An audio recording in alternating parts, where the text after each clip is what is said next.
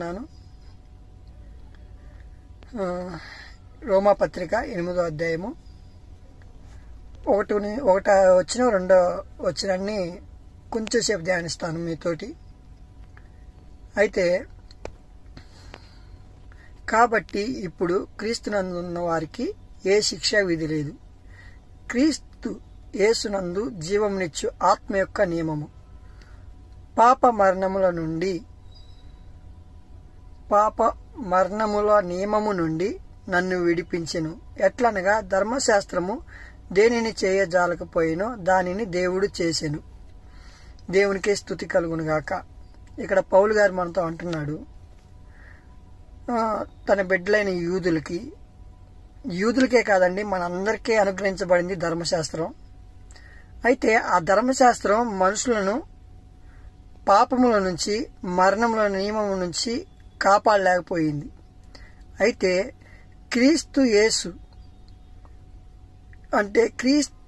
యేసునందు జీవమునిచ్చు ఆత్మ యొక్క నియమము పాప మరణముల నుండి మనలను విడిపించెను.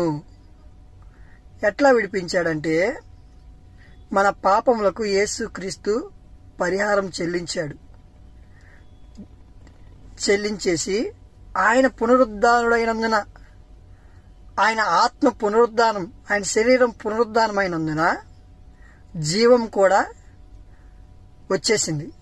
అయితే క్రీస్తు యేసునందు జీవమునిచ్చు ఆత్మ యొక్క నియమము పాప మరణముల నియమము నుండి నన్ను విడిపించెను. ఎట్లనగా ధర్మశాస్త్రం దేనిని చేయజాలకపోయెనో దేవుడు దానిని చేసెను అని దేవుని వాక్యం సెలవిస్తూ ఉంది.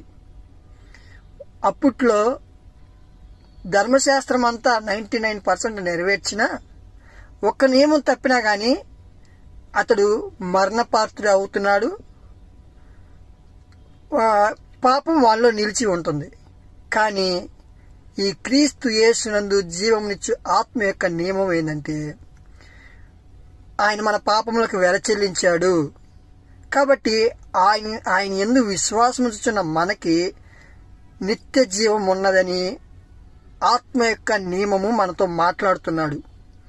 జీవమునిచ్చు ఆత్మ యొక్క నియమము మనతో మాట్లాడుతున్నాడు. మన దేవుడు ఎంతో గొప్పవాడు కదా. ఆయనకి మనం ఎంత ఆయన రుణం తీర్చుకోవాలనుకున్నా కానీ తీర్చుకోలేం. దేవుడు ఎందుకంటే మన పాపముల మొత్తాన్ని ఆయన క్షమించి వేసి